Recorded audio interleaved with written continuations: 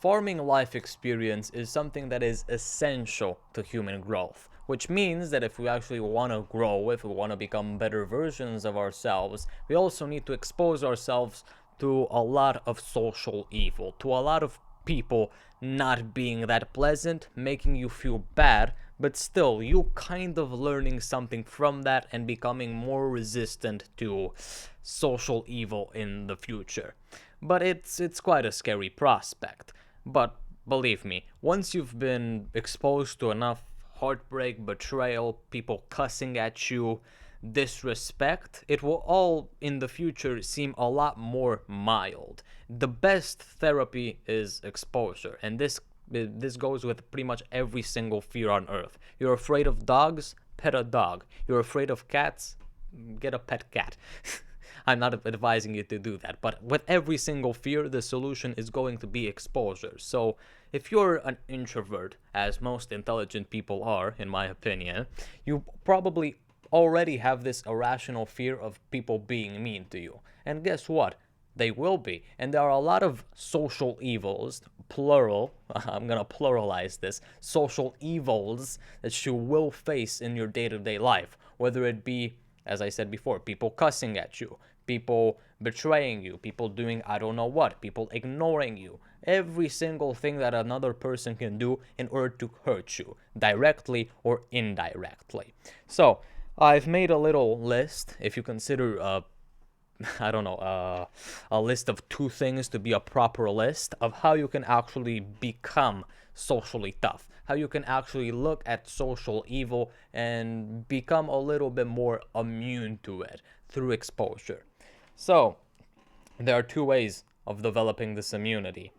Becoming an absolute scoundrel and retaliating with the same social evil that you have been exposed to and hit with in the past. I was, for example, I was watching a bit of political debate recently. Charlie Kirk on Jubilee. It was pretty nice, and he said that. I mean, the debate was nice. The ideas were pretty radical, or in the debate, whatever. The idea was good, and he said that what makes the West so good is that we retaliate to evil with good. We don't counter evil with evil. We counter evil with good actions. And talking about another problem that I won't mention in order to actually, so I don't actually get too political with. Definitely the same thing that you want to do with every single social evil and every single evil that you're going to be facing in your life. You don't retaliate with evil. One of my favorite books, actually, Elevul Dima din Trashapte, it's a Romanian book, whatever, says, the main character at some point says that it's such a subtle revenge to revenge yourself with kindness. If only she were smart enough to notice. Yeah, and c'est ça. That's exactly what you need to do. You actually need to look at all social evils and counter them with something nice. Of course, if the person is consistently being a monster, if you a monster to you, if they're actually creeping up behind you and doing in a metaphorical sense, creeping up behind you and ruining your day on a daily basis, yeah, of course, you need to look at the dragon. You need to notice the dragon, as Jordan Peterson would say. But when it's something silly, like, I don't know, people excluding you from a football game every once in a while, you shouldn't get that upset about it, and you should probably even strive to put yourself in situations like that, because it's the only way to actually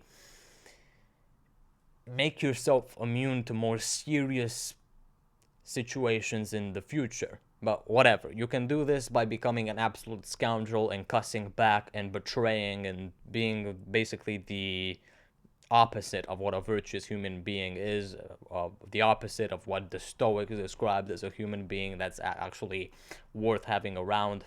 Or you can become the second option, being exposed to social evil, hardening up, putting yourself into the other person's shoes and becoming immune to that sort of evil in the future, whilst also realizing that every single act of social goodness, of social angelical might, whatever that means, I just just popped the first two words that popped out of my head, the social good, is something that you should be grateful for. We all know the goddamn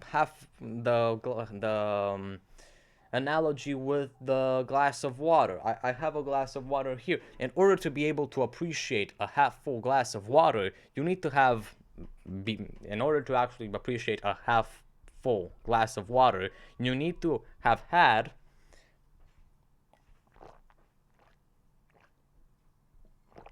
an empty glass of water before. And you're never going to be able to appreciate people caring about you, people preparing your breakfast, people inviting you to social events, people actually doing anything that isn't ignoring you and making you feel as if you're a worthless piece of garbage that's just floating around on Earth.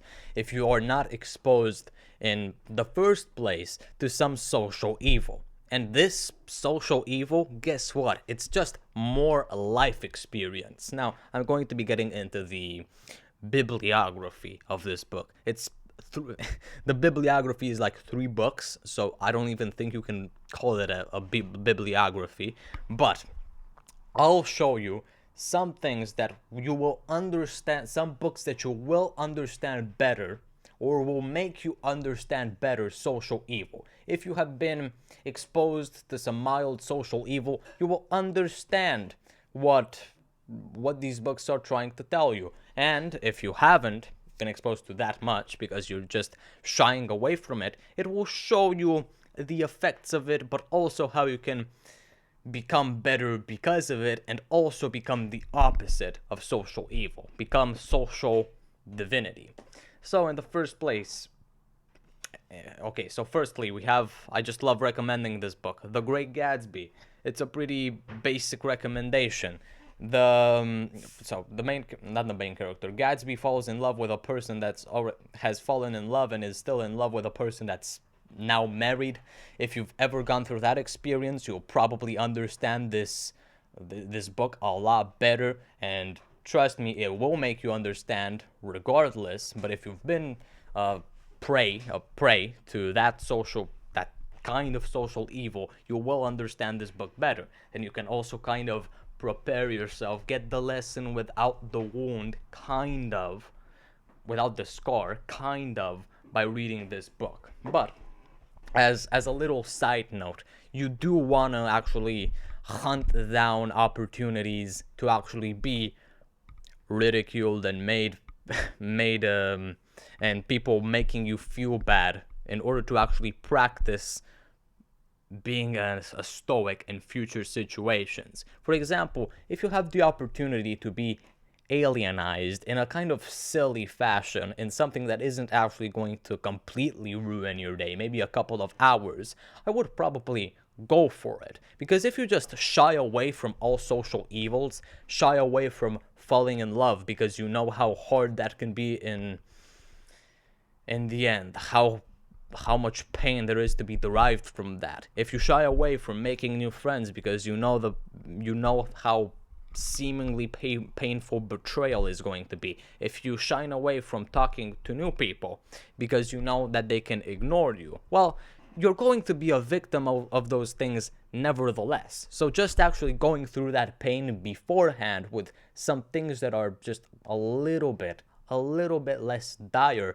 is just investing into your future self. Let's say, for example, that you're 14, like me. Now, I've exposed myself to a lot of social evil. Maybe not intentionally, but I'm still grateful that stuff like that has happened to me. Because when I'm going to be 20 years old and I will have been exposed to hundreds of more events, I'm probably not going to care that much about a person ignoring me. I'm probably not going to care that much about any single social situation that bothers me. I'm probably going to be a way better stoic. And this is basically what life experience makes you a better Stoic. One of my first videos was on how we are all Stoics, or better put, how we should all be Stoics. But for example, if I were just to never be exposed to social evils, never exposed to envy, to betrayal, to people cussing at me, to stuff like that,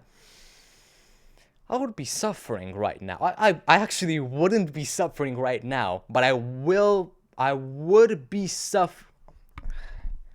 I don't even know the grammar to express this.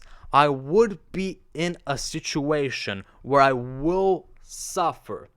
If you understand what I'm trying to. If I didn't already put in the work, the pain, in order to actually adapt myself to human evil, and now would have been just completely unadapted, I bit my tongue, completely unhurt, future me is going to be completely screwed over. And this is exactly why I'm recommending these books to you now, because no matter your age, preferably if you're like 14, 15, 16 and your brain is still in this information gathering phase, you need to read a lot, because if not, your future self is also going to suffer. And if you're now in the post 25 crystallization period, you still need to read these books, very honestly. So if you want a little subtler interpretation of social evil, I would read Chronicle of a Death Foretold by Gabriel Garcia Marquez. It shows how a community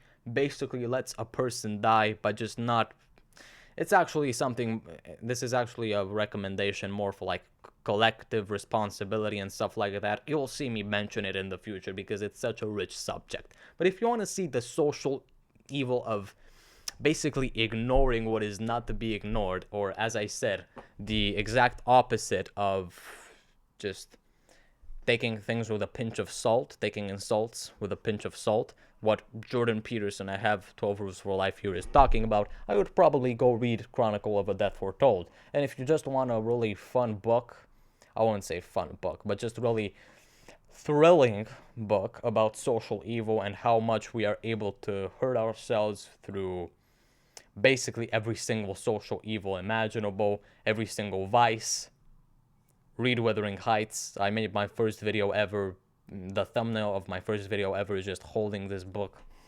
I love this book. I recently actually finished it. It's a pretty ginormous quest to read it, but I would read all three of these books because they really show you how hard it is to be a human being and how painful it is going to be at times. But trust me, if you read these books, but most importantly, if you expose yourself to situations that will make you emotionally stronger and more adaptable to these social evils, you will not suffer in the future because of people as much. And that is one of the core life experiences that you should, one of the core skills that you should be cultivating no matter your age. So if you want to join this little movement of reviving the social sciences and just the desire to be a good human being, and speaking to other human beings and being sociable and extroverted, introvert, whatever, subscribe to this channel. And don't forget, send this to someone you love, and I'll see you later.